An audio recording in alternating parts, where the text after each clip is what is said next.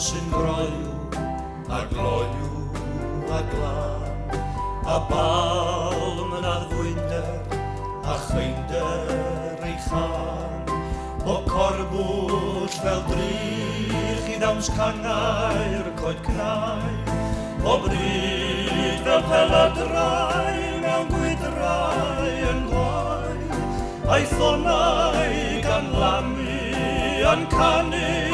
yn cor, y mae Aberteifi ger Miri a Mor.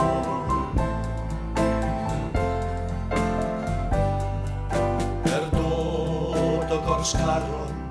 a'i llarpion y llai, mae'n llamu i'w glendid, gweddnewid ar nai, ar ôl yn pasio Llanbed a theged ei ddŵr,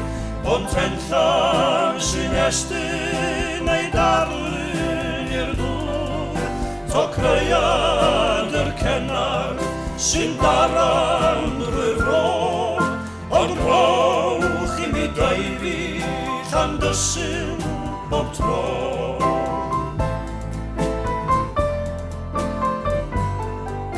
Mae'r llif yn ongiog, a'r golydd yn las, a'r brithill, a'r siwyn, a'r safon yn fras, a dau o'n weirwyr heb ofal i sgen, yn disgyn i'r afon o blas i'r Fachwen, a thoc i'r cochbonddu yn llamu neu llun, ewch Deifi Llandysul i Wilbur tawn ni.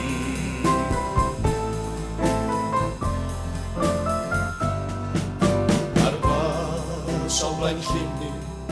caiff siwyn yn sai, a'r sel yn rhoi tro uwch law gro tan y graig, sawl sambon a fachwyd, chwaraewyd i'r bwyd, yn ffedog y Pwll Henry, a'r llifraidd yn llwyd, a sawl brithill lleon, fy'n ffistion rhydd ffôl, a chwych y cyflychwr, ar ddŵr Pwll y Ddôl.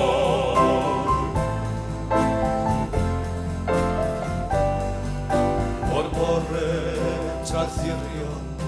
hyd hyn o'r brynhaw, crwydrason ein deiwedd,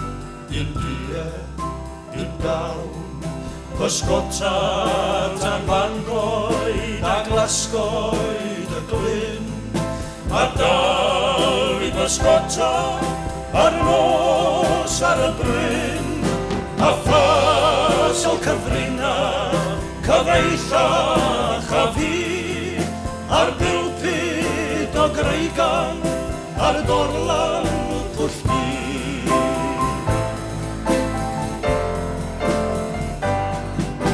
Yn hyddai genweirig, caredig dy ryw, faint gawn i ddau eto o harau i fyw, os fyddi dy hunan wrth bwll, i'w Fachwen un noson, a chlawer swn ryw wrth ein den, a cofna y fydd yn llithro drwy'r gro, o erddi paradwys i Deifi am dro. A cofna y fydd yn llithro drwy'r gro, o erddi paradwys i Deifi am dro.